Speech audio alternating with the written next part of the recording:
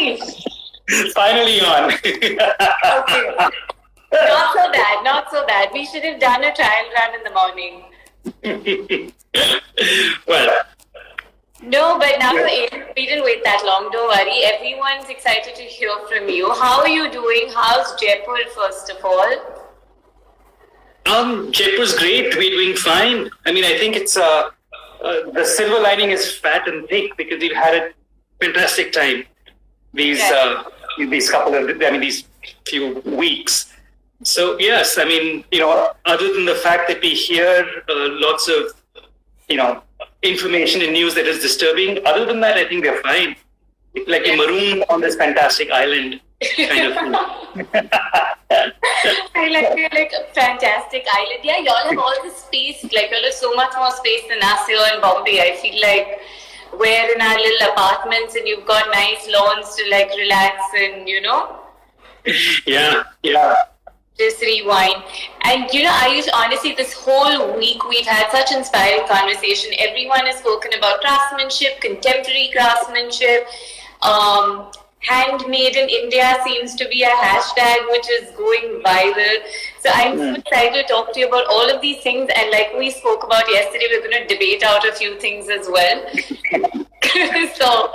So what's your opinion? You've been championing craftsmanship ever since I've known. So that's something, I've admired. And if you can talk about your journey and, how we're going to move forward with it as well, that would be great. So sure. So, it's while I champion craftsmanship and all that, let's be very objective. Crafts is integral, it's important, it's easy, it is rational, it is intelligent. Right. So I'm not doing it for any altruistic reason as such, but because it is intelligent and sensible. When I started work, I graduated as a furniture designer from NID. Right. And I literally did not find a job that I wanted to do, period. But with the crafts, they were easy to start with. They were people I could relate to. The scale of working was sensible, human. Right. And it seemed like the most rational choice for me at that time. And having worked with it, the intelligence of working with craftspeople, simple, honest, pure materials, it's a logic I cannot defy at all. So what I'm doing is just it's a set of logical decisions and choices that I made. And something I wanted to always ask you is one is when people buy single pieces, how do you take craftsmanship to a mass level? And you've managed to do that with your exports as well, where you've been able to standardize the craft format and able to export it, which again is very difficult for a lot of people. And what would be your advice, your opinion, your journey for doing that? In the course of working, I discovered that people talk about quality, right? And consistency. And in my work, what I discovered with quality is not into a product. It's not in a product at all. It is in the communication of the product. Okay. It is when you meet expectations is when you meet quality, right? So if you have a jhadu which sheds a little grass, and that is the expectation, and you have met it, it is still quality, right? So when we communicate the nuances of a craft, and we set the expectations of a client to expect it, because it is not a defect, it is an effect. Right. It is what the craft is about. And I think we often get very challenged with communicating because we think that quality is an object. It is not. So it is just in language that this idea exists. Right. And to communicate what we've really done is just communicated that this is something that will happen. I've had clients who said, we want to buy 500 units of this, can you ship it in 2 months? I'm like, no, I can ship only 20 in 2 months.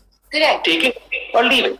Right. And they took it. And they said, okay, we'll buy 20 and we'll buy it, over a span of 4 years. Right. And they actually liked it because they said to their customers that these will come in limited edition of 2020 only. We are taking pre-orders for 2022. Right. Which is where you value, now that's when you start valuing your craftsmanship and your buyer values what you're doing as well. So I think there's a huge honesty as well, huge honesty involved as well in when you're communicating. So you're bang on right when you say, if you put it out there that this is what we can do, and it is not a marked product. So I think that also brings in where you conscious buying to a certain extent. Do you agree with that? Where because moving forward, we are going to be a bit more frugal. We need to be more careful about how we buy. So do you think that all relates together as well? Yeah, absolutely. And, the thing is, right now, the entire world is talking about people are not going to spend, people are not going to buy. I think the exact opposite. People are going to buy products that they will value. And they will pay the price for it. People will buy less. People will buy less, but they will buy better. And I think here is the case for quality, craftsmanship, bespoke, luxury, all of that is there in front of us.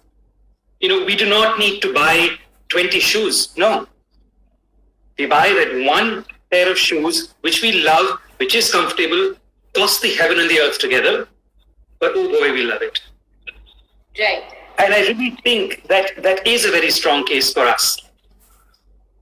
True, and I think this is again coming back to the mindset change that you were talking about yesterday. Yes. Yeah, very much. Absolutely. And the one thing that, at least I have experienced in these few days is a mindfulness. Right. It's a slowness which still gets everything done. Nothing stops. Everything still happens. But it's a slow pace. It's a considered pace. It's not being want to be, I don't need to keep up with the Joneses. I can't see the Joneses to start with. I can't beat them. There's no place where I can what I have. So now I want what I love.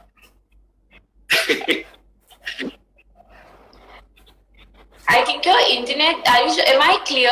Because right now you've gone a bit hazy for me. Am I clear? You're clear. You're clear to me. I don't know. I'm feeling like you're a bit hazy right now. But okay, let's see. Hopefully it'll clear out in a few minutes. No, but Ayush, another thing. So how does one adapt sustainability? What about sustainability in craftsmanship? Can you elaborate more on that? Because that's definitely, again, something which is interrelated with the current situation that we're facing. Right. So, sustainability is a used, abused, this word has gone nuts. And greenwashing. And I think, absolutely. It's gone crazy, and I really dread using that word not because of the word, but because it's what has become to stand and mean to a lot of people. It's actually very simple. What can I do today that I can do tomorrow, day after, and forever, without compromising on the options that the future has? And if I see things from that perspective, everything becomes clearer. The case for crafts is that the scale of working is very controlled. It's very frugal. There's no wastage. All wastage is recycled. It's reused again. And many of these crafts have survived for centuries, which is testament to their sustainability to start with. Right. Today, how many things, how many processes, how many industries have been there for centuries? Very few. They come and they go. Right? And we've seen technology come and go like that, right? So, it's actually a question that all of us just need to keep asking ourselves. What is really and truly sustainable in our words? And it's not a mantra. It's not a thing that I tell you what is sustainable for you. No. Right. It's what you think what is sustainable for yourself, because all of us live different lives. True. And all of us know what it means. And how does a designer, so you've done the Narendra Bhavan recently, you've done so many projects. How do you incorporate your ideologies into when you're designing these spaces? I try not to impose my ideology as such. Okay. in the sense that, it's every project is the interaction. And I really believe design is in the dialogue. Yeah. It's not in the end product, because the end product is done. Design is the process of getting to it. And in the case of, say, the Naren Bhavan, it was dialogues. What is it about? I'm sorry, but I'm going to request you to go closer to the Wi-Fi. I'm getting people saying they can't hear you.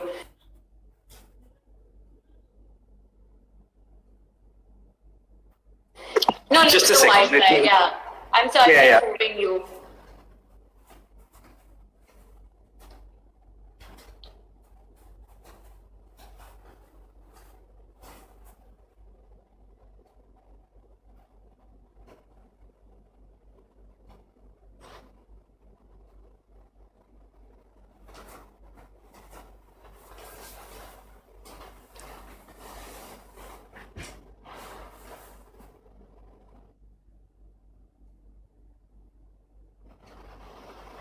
Oops, 1 second. Sorry, I'm going to get him back in.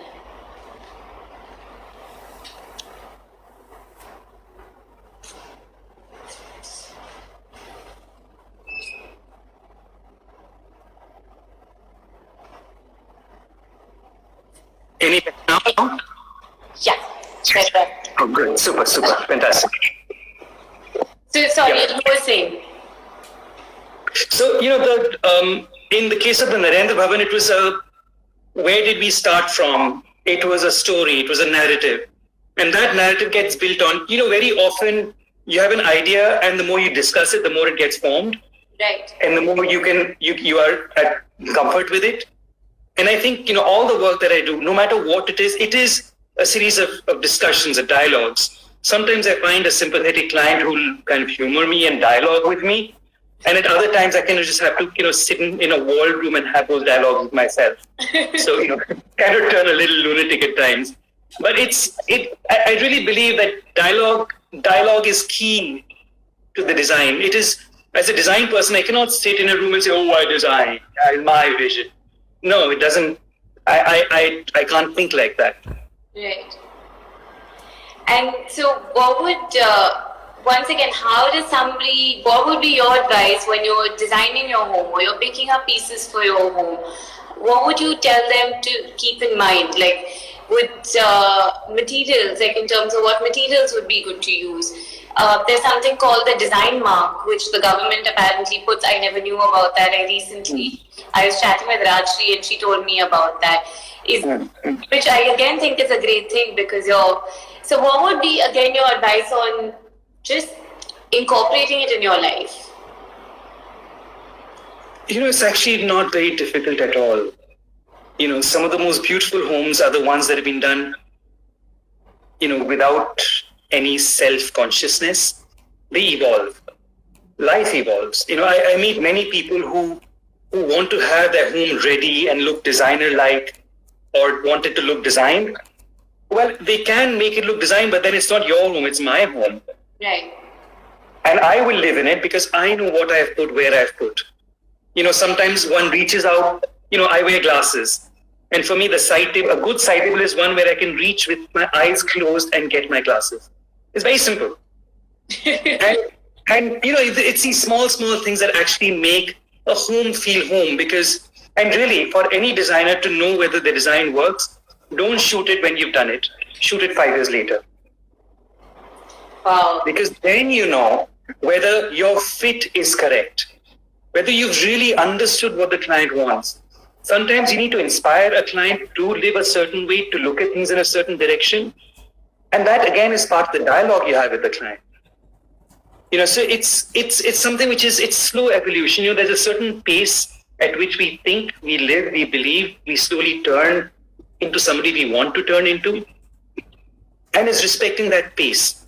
For that reason, we rarely, if a client comes and says, oh, Ayush, I want a house, I want it done in 5 months. No, I can't. I will take 3 years. I'll take 3 years to understand you, to become you, and work like that. It is the way it is. And I'm not saying it's the right way. There are some people who do brilliant jobs in short periods of time. Right. But each person has their own way of working with it. So I just say, take it slow. You're making a home, a space, an office for yourself, not the world to see. The world will come and see and they'll see you. Your home is a reflection of your mind. It's about you. And that is really where I'd leave it. Take it slow, take it easy. You know, a lot of people who got houses in these few days, they maintain them. Jhadu poncha lagaya hai. And now they know every nook and cranny of their house, and they would probably be cursing somebody to have bought that piece that you have to dust every day. Yeah. Right? I feel like now, everyone's appreciating their home so much more than before because they've connected with it for so long and at such a deeper level. Like you said, Jharu Pocha Kiya means you know literally every inch of your home. So I completely agree with you. I feel like now is the time when this conversation, which is why I feel the whole industry is coming together better now. Everyone is talking about design. There's so much more of a spotlight on the conversation. You've seen it. You all are also doing these conversations simultaneously as well to talk about craft. And the other thing I want to pick your brains on is about contemporary craftsmanship. I think, again, you have thoughts on that as well. And you have, you very famously talk about how India has X number of hands and how we need to build. So how do we build that into a bigger ecosystem? You know, the thing is that, you know, very often we ossify crafts into an animal in the zoo.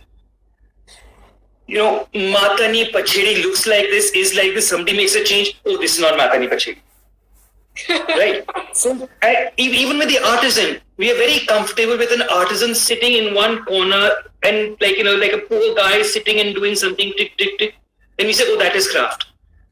You know, it is a romanticized version of what you think a craft is. Right. You know, some of the most beautiful things across the world have come when craftspeople have evolved to be like everyone else.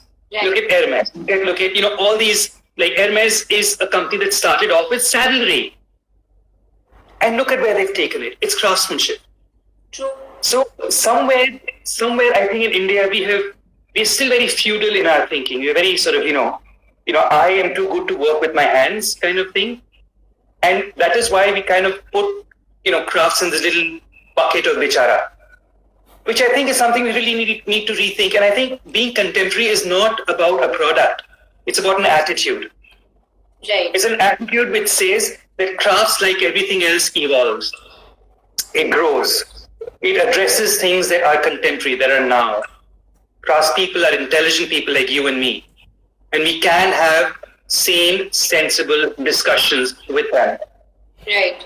The very idea of them itself is really sort of irritating because it's not them. Wo apan hai. We are them.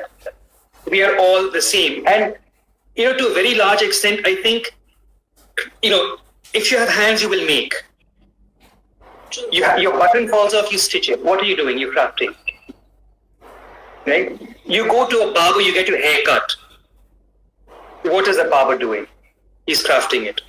You know, I had the misfortune of having to cut my daughter's hair. You know. And, I mean, I've been cut so many. Cut her hair? My daughter made me do it. She chose you over her mum to cut her hair? Oh wow, you charmed her. Okay. And then I don't know if I want to hear the outcome of this. Well, I mean, I think she was very polite about the entire incident, but I could see how big time mess up I had done. And this newfound respect for people who can handle hair is really profound. So, you know, we have handmade things around us, all around us. You know, at one time we used to go and get our clothes stitched. We go and get our shoes repaired. Yeah, and we go to the street corner and have what, jalebi, right? So we have the hand all around us. So handmade, I mean, we are fortunate. We are extremely fortunate in India to have so much around us that we've actually taken for granted. I agree with you. And that's something I told, I've said this before, is that we're actually so lucky that if we have an idea or a design, you have somebody to execute it. If you're living internationally, you have to go buy that material yourself, buy the tools to do it yourself, and then sit to make the product. Yeah. So, And the interesting thing is that we go to one person, but that one person is an embodiment of generations of knowledge. True. So, we often think that, you are the artisan, but no. That is haptic, tacit knowledge that the person has got over so many centuries. And that fortune is immense. And we stand to lose it like that. True. Like that. We very often say that, it doesn't matter, craftsperson ka bachcha hai, he's not following the craft. But imagine what we are losing. It's not just one person not doing the craft, there's a continuity. It's like this, if you get a great necklace and one link is broken, does it work anymore? So it's kind of like that. But Ayush, now I'm going to ask you more specifically, like how does someone, say a student in Bombay or a student in Delhi, how do we enable them to reach out to a variety of craftsmen? Because, India is so vast, right? So we have different cultures from everywhere. How do we as a community, which, are part of this, how do we integrate that aspect of it? You want long answer, short answer? Whatever you feel like. It's conversation with you, whatever you want. Should I give a short one? Go for it. Go. That's a great answer. That's actually a really good answer. And now I want you to do the longer version as well. Just so it drives home the go. It's just stepping out of your comfort zone. Stepping out not with an idea, but with the search of an idea. True. We very often, already frame the experience and go forth to look for that experience. And we are always disappointed. Always.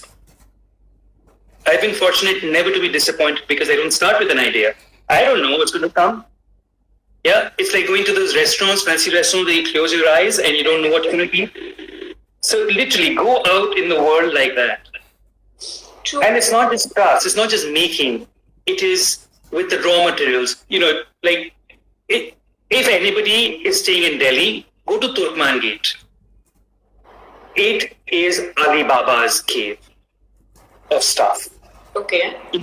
So you go to the village heart. Like in any old city, you'd find these stores which look really sort of run down and they have bamboos and ropes hanging outside. Go there. They are so incredible. You'll find ropes and strings of the most amazing kinds. So it's being open to whatever is out there and seeing what will come of it. Be Willy Wonka. True. Because the world is your chocolate factory. India is the most incredible chocolate factory of them all. Let's go out. Let's just do it. It is not difficult. No, I just go. I think that's a great answer, and is do something about it. If you have an idea, if I'm right or wrong, is somewhere the educational programs can also, like educational schools. Because when I studied interior design, we didn't have anything which facilitated craft as part of our curriculum. So I don't know if that's something you've thought about or done anything in that space. So it's something that we've, like both Gitanti and I, we've, when our daughters were really small, we would run these weekend workshops, which were very, very successful. And they were small, they were tiny, very well formatted. And we have been talking to schools for the longest time to, from class 3 to class 8. They're not heavy classes. Right. Get a craftsperson from anywhere around. Local craftsperson, the crafts need not have a name as such. Get a tailor, get a cobbler. Yeah, get anybody who works with their hands and do short workshops in your school. You don't need that one, completely harassed art teacher. When you have so many craftspeople around, just do it. And the thing is, it's such a simple thought. It's so highly executable. And I can, with 1,000% certainty, say that the kids who can work with their hands are better students. And it is something which is done world over where, craft is used as a therapy. It is a very well-known therapy for treating ADHD, attention deficit syndrome. It is there. So it's just a question of doing it, and it's easy. And I know you did the Charpai workshop, which was a huge success, which you did across the country. So I think that was a great movement as well to start with. If you can elaborate and speak more about how that evolved. So in my personal belief system, I think Charpais are probably the most sophisticated furniture object in the world. Wow. All the tick boxes that you have, that we look for in a product today. Is it multifunctional? Is it flexible? Is it sustainable? Is it simple? Is it DIY? Can be customized? Everything is there in that. It's just not talked about enough. Is it appropriate for us? Yes, it is. Did you know that we need air conditioning in our rooms because of the mattresses? You know my answer to that.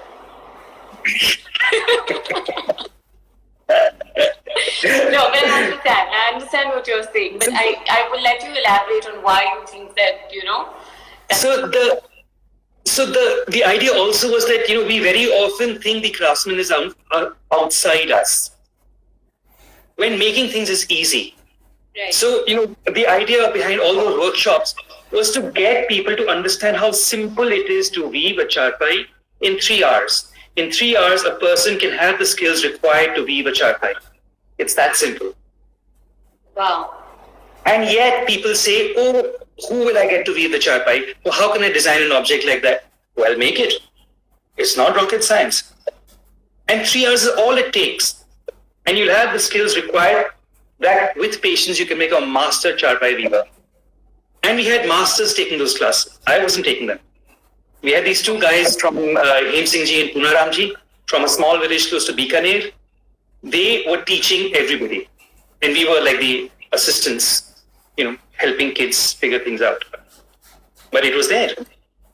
So, do you think we can put something together where if people wanted programs like these, or if you have, if people can reach out to, I don't know, Anantaya or the store, whoever, where if you wanted programs like this in their schools across India, would that be possible? Happy. More than happy to do it. We can train the teachers. We can train them to look for people around them.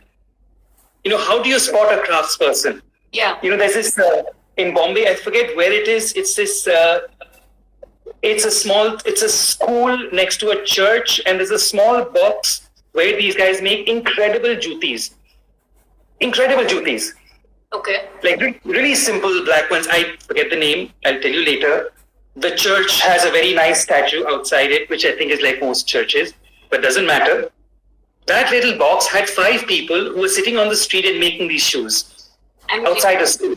I'm wondering where this is right now, because if you're saying this is Bombay and Surprise, I don't know where this is. It's on the east side of Bombay it's above the harbors. Got it. Okay. The ports, that area. Right. So that box is outside a school. You just have to step out and you find the guy there. Got it. Yeah. So it's really, really easy. Spot a person making something and that's it. There is a specific mechanism as to how do you get a person who's making something to come and teach it, because the guy's only made, he's never taught.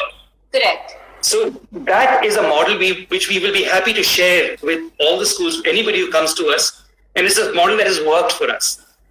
So it's very short modules which anybody can take on. It requires coordination, but it can be done, and it's very easy. So I think that's great, and I think that's something which we're going to also, maybe later I can speak to you and we can shoot out a mail to all the design schools, all the schools, and see how they can incorporate it as part of their program, as part of a workshop, part of... We know every design batch coming out, they've exposed them to at least some craft, whichever it is, whichever is closest probably to the city that the school's in. Right. Very often people, have you seen a blank canvas with a brush in your hand? And it's so daunting. It's very scary, right? But once you put that little mark on it, then you're free. Then you do whatever, right? So these craft workshops are like that. It's a little mark on your, your intelligence that you can make. or you can see things being made. And then it opens up. So really, it's that little push. It's that little push that is needed. No, I completely agree, and I feel like this has snowballed something in my head as well right now, and I think we'll chat about this later as to how we can really explode that, not only the Charpai project, but just I feel the craft project across schools and especially design schools, so that they have that exposure. And even for kids, I think my niece would love to do something like this. She's 6, and I'm pretty sure she would be very excited to weave something. Yeah, absolutely. So, and Ayush, do you want to talk more about the handmade in India? I think you all are working on a concept as well for this year. So do you want to elaborate on that? Yeah, so, the government had this big scheme called Make in India, with the tiger and all that. Right. And it pissed the hell out of me. Absolutely. We are not the world's backyard. We are not going to set up polluting industries to make for the world. That is not what we are. If you talk about handmade in India, yes, you're talking sense. Because the biggest resource we have is human beings. Like I said, 1.3 billion, 2.6 billion hands. The world looks upon us as the big market. Right. Yeah, these 2 hands that feed ourselves, make gluttons out of us. No, these hands are to make. Talk about handmade in India, we talk about employment. We talk about sustainability. We talk about environment. We talk about so many things. We talk about, our cities getting decongested because making can happen in many different places. So to look at ourselves only as makers for the world, as in setting up factories, the Rajasthan government had an event out here where they were inviting investment. Right. Investment required per person employed was 2 crores. Ridiculous. So the companies that said we'll put in 2,000 crores. How many people are going to employ? 1,000 people. Yeah. So how it doesn't make sense? It doesn't make sense. It actually does not make sense. Give 2 crores to an artisan, the guy will really build something amazing. Yeah. Right. Yeah. So it's just pure intelligence. It's just logic. It is nothing else. It's logic with a little bit of heart and a little bit of guts, because what I'm asking for will require guts. It will require a country to reinvent itself for the world. A country that we had Gandhi who did that. After Gandhi, who? No one. And why? So, it just belies any logic that I can see. So yes, I'm not saying that we should become, we should not have industry or whatever. No, we should. But let us address the bigger picture. The people of this country. And I think here is where we really need to work on it. And, when we did the big pavilion in Ambiente, we called it Handmade in India. It was kind of a subtle play on Make in India, but putting the hand in front. And a lot of people did not realize the depth to which handmade is, the stories behind us. People talk about chess. Well, chess is an Indian game. Right. When we link the story of handmade to that, chai is an Indian thing, in terms of a culture. Can we link our stories to that? Yoga is an Indian thing. Can we link our handmade, objects to that? So strategically also it makes sense. It's very doable. It just requires all of us to band it together and do it. The government may or may not be part of it. I think the government is irrespective of what we have to do. It is our call. It is our choice. It is we who have to do it. The government can or cannot support us irrespective. It is our lives. We will live beyond the 5-year rule that a particular party has. It's our call as people. And we have to make the change. If we want the change, we've got to do it. So it's easy to play the blame game, I feel. And that's why I said even educational programs, if we don't move with it, we can't sit waiting for the government to implement these policies and put it in. I feel like at our level, we can, as a community, as an industry, push it forward. Yeah, absolutely. Similarly, with even handmade in India, if today designers, architects say, no, we want to make the product. We will take longer. You may not get it as quick as you think you will. But at least you have something which is from here, which is designed by so-and-so, or whatever it could be. It could be a beautifully designed product which is taken 6 months as opposed to it coming in a container over a month, So I think all of it put together is a mindset, like going back to when we started. Right. Absolutely. And since you mentioned architects, the largest employment given to craftspeople, the industry is construction. Exactly. And very rarely do we recognize the skill required to make a straight brick wall. True. Rarely do we see the incredible knowledge the person has to do that. True. So just acknowledge the poor guy. He's not asking for much. Acknowledge him. You made such a nice straight wall. Or you made such a nice wonky wall. Doesn't matter. True. Such a nice wonky wall. I want to hear an architect say that. I want to hear his clients say, oh my God, you made such a nice wonky wall. We've all been, I think everyone's been through that nightmare. But on a lighter note, Ayush, I'm going to take you through a few fun questions. So, so let's get started on those. 3 words to describe good craftsmanship. I know you've already done it through the course of the conversation, but we can just quickly go through these. 1, identity. Okay. 2, intelligence. 3, frugality. This frugality is coming back to me again and again this whole week. So it has to be coined that we are living in an age of frugality. We're designing for an age of frugality, and I love that. A design or an art book you keep going back to.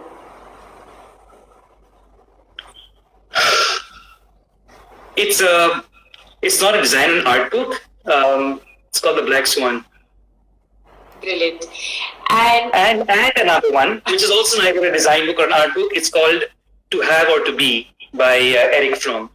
Okay, brilliant. We're going to put that down. The next is an Indian craft or skill which is closest to you. I know, it's Sophie's choice and it's all your babies. I know that. I've heard this before from you. But that's why I'm asking you. You have to choose one. Which one? Tazia. Okay. A designer you love or a piece of his or her you must buy? Must buy. Must buy or pick up, or any designer, piece they've made or created. I really think Gandhi was the most incredible designer, not because he worked with product or objects, but because he worked with ideas. Okay. And it's difficult to buy anything of that guy's now. Okay. But if I had to, and if I could, it's his glasses. Okay, fine. And I'm going to turn that around and ask you for a current person as well. Now that you've gone the Gandhi route, now I need somebody current as well. Somewhat, sorry? Someone current, like someone contemporary.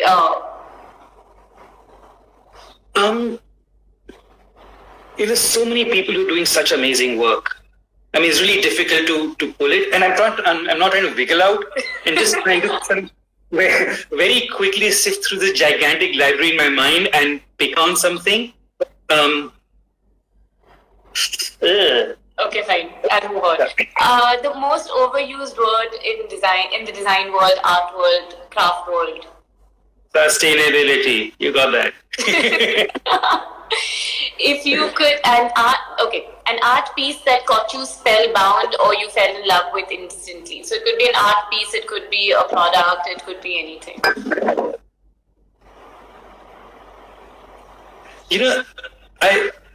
There's a small story. Can I say that? Go for it. So, I think it was the second year after Gitanjali and I got married, and both of us went to Old Delhi. Okay. To Chandni Chowk and, that area. And there's this one guy who had this helicopter with him. It was made out of old, strips of metal and, all that. And when you pull it, the thing went round and round. The blades went round and round. Right. And the guy was talking about it so proudly. So with this panache and this thing, and everybody around him was laughing at him. But this guy was unfettered. He was, this is, whatever. And I was really, both of us were moved by the product and the guy. Like really, really moved. And we bought it instantly. And he was asking for a small amount of money. We paid him more. Right. And it wasn't for any altruistic reason, whatever, but we just felt so special about it. Because he felt special, yeah. Because he felt special. It's never in a product. A product, once you acquire it, is another one of your possessions. True. It's the memory of getting it, the memory of the experience that stays with you for life. And to me, the guy, I don't even remember the guy's name. I don't remember the date, nothing. The product is also God knows where. But I think that to me was one of the most special things. It's the experience, yeah. Brilliant. I'm going to move on to favorite design store. Oh, I know the answer to this one. I didn't realize when I put it down. Now I know the answer. But you might not say it. Well,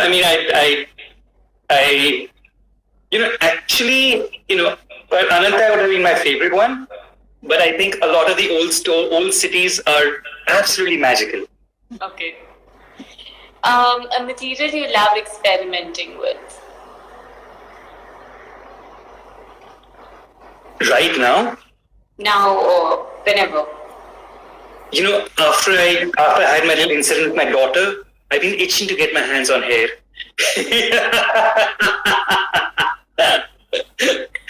Ayush, that is a terrible takeaway for people watching this. No, we need an actual material that they can get inspired by. Well, make a memory jar of hair. That would be a good idea. Make a bell jar with hair in it. I think all these materials are like friends. You meet them after like a year and you go on to sort of, what have you been up to? Let's all, you do that. If you meet a friend from school, what do you do? Right?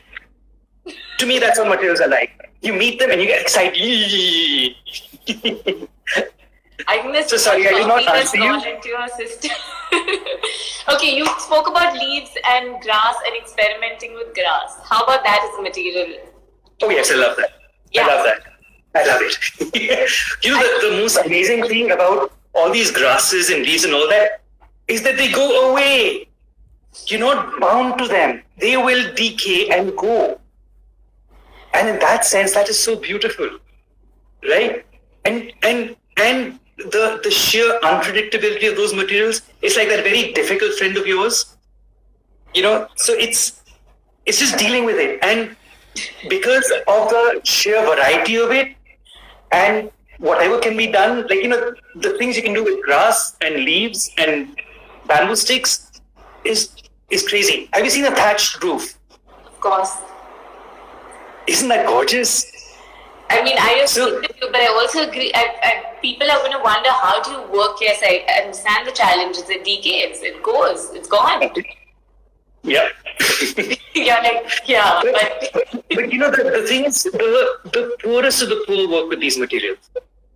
True. Very often you go to the side of the street and you find these guys making the brooms or, those old fans out of the palm leaves.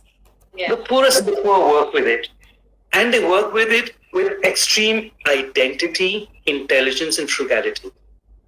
The three things are absolutely accurate. They do not waste anything. They don't waste effort. It's done intelligently, and it's done with its own distinct identity. They do not try and make a jharu look like something else. It's got a distinctness about it.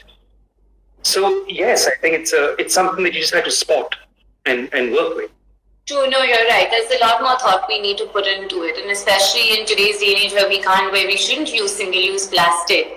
I think it would be a great substitute of a material in, our day-to-day lives or whatever.